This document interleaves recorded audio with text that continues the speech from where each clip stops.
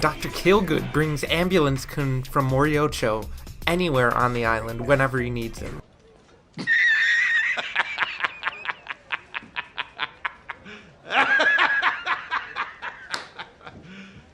You serious? Do I even need to explain what's wrong with that statement? Like, are you for real? Genuinely. An ambulance is a JoJo reference? Are you fucking serious? Come on. An ambulance doesn't exist so you can point at it and say, JoJo, JoJo, everybody look at the JoJo reference! No. An ambulance exists to give people treatment along the way to the hospital. I mean, like, if I was to break my leg and had called the paramedics, when the paramedics got there, I said, an ambulance? Pfft, just like JoJo. I didn't know you guys like JoJo around here. You should have told me. I would have broken both of my legs. At that point, I hope the paramedics would look at me, look at each other, look back at me, and then break my other fucking leg because I'm being a brainlet. I mean, come on. An ambulance is a JoJo reference because of part 4? That's just fucking stupid. One of the biggest themes in Danganronpa is the duality between hope and despair, and no character from JoJo's better represents that than the minor antagonist, Chocolata. Really?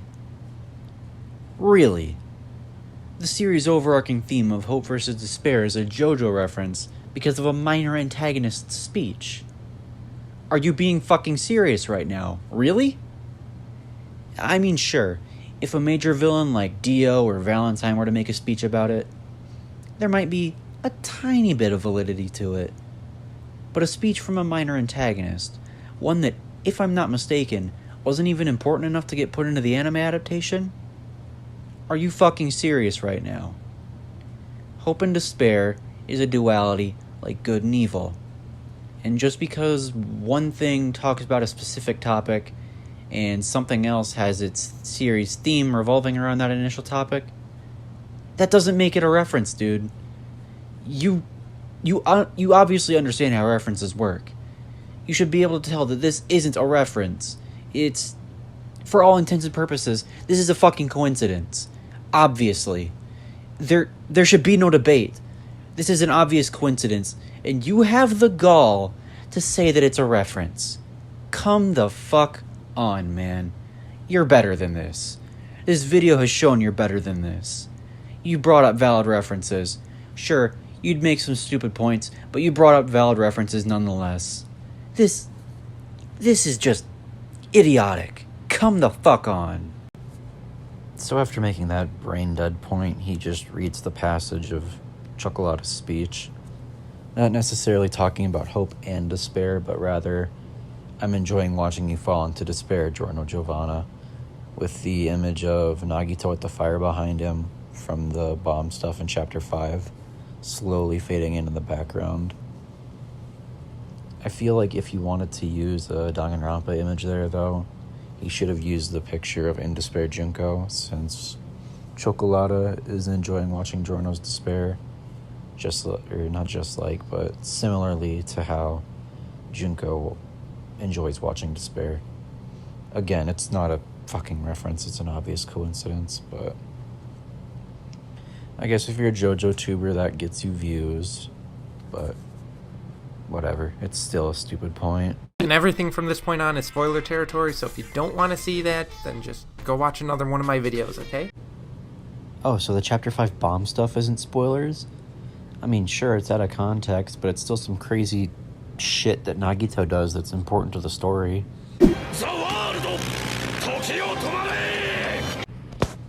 No, you're not allowed to make that implication.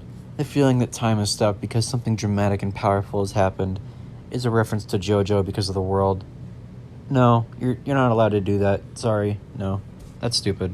No. When Nekomaru returns as robotic Mechamaru, this is clearly an homage to everyone's favorite cyborg, Stroheim. Bruh. Really? Rudolf von Stroheim isn't the only fictional character to come back with a mostly robotic body. I mean, if anything, this is more a reference to Darth Vader, as both Nekomaru and Anakin Skywalker are horribly burned and come back with mostly, or in Nekomaru's case, entirely robotic bodies. Again, not everything's a JoJo reference, dude. Come on. Despite being in the second half of the video, his next point is a valid one. It's just about how Junko screams like Dio does. Pretty iconic Dio thing to do, so nothing really to say there. Something I noticed about Danganronpa is that every execution has a JoJo's reference somewhere in it. I'm sorry, but no, you're just flat out wrong there. Leon is barraged with 1,000 baseballs, just like how Jolene killed Mashon in Stone Ocean. No, this one's just a coincidence because of localization. In the original Japanese game, Leon's execution is called Senban Noku, which is a reference to a form of Japanese baseball training in which somebody is forced to hit baseballs from a machine until they drop, or like unconscious. But because Leon hates practice, this was used in his execution to kill him. So, again, this is just a coincidence of localization. This wasn't their original intent. Mondo dies a motorcycle-themed death in reference to the Highway Star arc. The Highway Star arc didn't invent motorcycles, dude. Get over it. When Celeste is being burned at the stake, she's killed by a fire truck, which is another kind of emergency vehicle. Not so different than when Kira was hit by Ambulance Kun. First of all, stop with Ambulance Kun. It's not cute, it's not funny. It's just fucking cringe. Second of all, Celeste wasn't killed by an emergency vehicle so you could point at it and say, JoJo, I love JoJo, this is a JoJo moment. No. Celeste was killed in a car accident because she was afraid of being normal. And a pretty common way of dying is being killed in a car accident. So no, it's not a JoJo reference, dude. Ultra Ego was crushed by a claw digger, or a construction vehicle, not so different from Roda. If they really wanted Alter Ego's execution to be a JoJo reference, they would just use the steamroller. The reason they use the claw digger is so it could smash it like in a really over-the-top fashion, so Monokuma could point at them and say, "Look at you fools, you believed in him and now he's just a ball. Don't you feel despair now?" Also, don't say it like, you speak fluent fucking English. You don't need to say it in English. It's just cringe. Come on. The crushing machine used to squish Junko is just like, Shiza! Shuck, we've talked about this. You speak fluent fucking English. You don't need to say it in English. You're being cringe. And I shouldn't even need to fucking say it, but JoJo didn't invent the concept of getting crushed to death. That's just a common way to go out in media. When Teruteru gets deep fried, he's thrown into a volcano, like Joseph did with Cars. Just because Part 2 had its final battle on a volcano doesn't necessarily make it a JoJo reference. I mean, I've seen plenty of final battles take place on volcanoes. Besides, for Teruteru's execution to even work, Monokuma would need a heat source to actually deep fry him. And I mean, islands and volcanoes go pretty well together. Regardless, volcanoes aren't a JoJo reference. That's just dumb. The puppeting Monokuma did with Peko was like how Kakyoin's Hierophant Green can control people like puppets. First of all, Hierophant Green doesn't control things with puppets. The whole Kakyoin using the puppet and the person moved like it was all just for show. Secondly, the whole reason Monokuma had her as a puppet and was like controlling her is because that's how Peko viewed herself to Fuyuhiko. Like, Fuyuhiko, I'm your puppet, I'm your tool. Use me to do whatever you want, because that's how I see myself. And Fuyuhiko's like, no, I see you as a person, Peko. Stop, you're making me sad. And that's the whole reason why part 2, or not part 2, but why chapter 2 is so heartbreaking.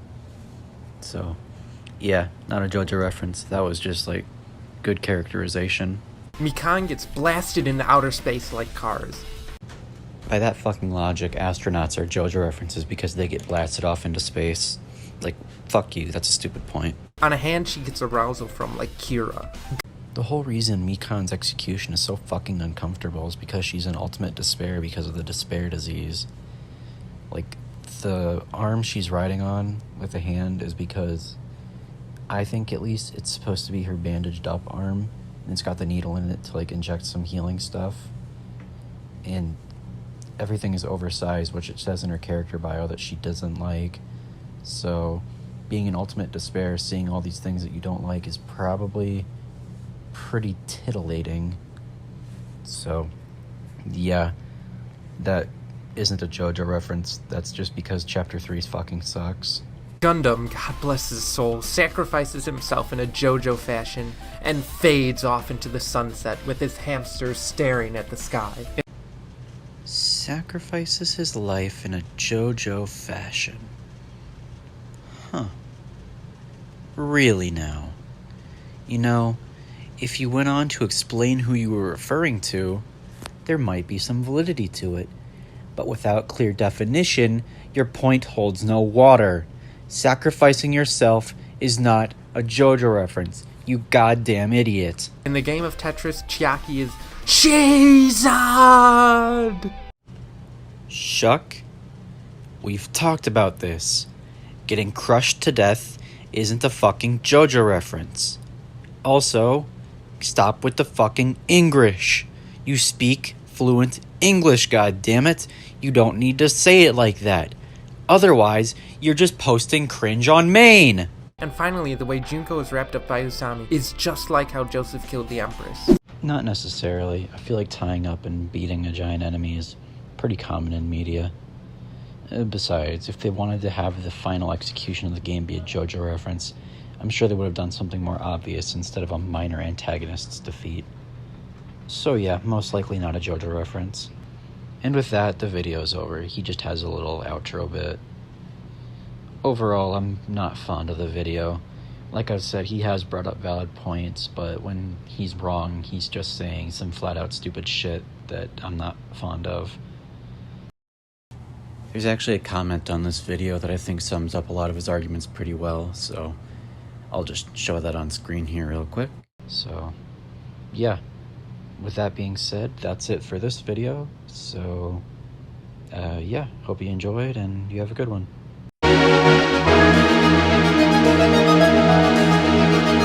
I don't think this is necessarily a JoJo reference. I mean, for Terra's execution to work, he would need a heat source to, actually deep fry him in. And, I don't know, islands and volcanoes, that's a... Excuse me, sheesh. First of all, Hierophant Green doesn't control things with the actual puppets. The whole puppet thing was just for show. Second of all, the reason Peko is shown like being puppeted is because that's how she viewed herself for Fuyuhiko, like a tool or a puppet to be used. And then obviously, her viewing herself like that is what leads to Fuyuhiko. He's like, no, stop, I don't see you like that. I see you as a person. I fucking love you, Peko. And Peko's like, oh my god. I forgot what I was saying. Stop trying to be Japanese, motherfucker! You speak fluent English, not fluent English!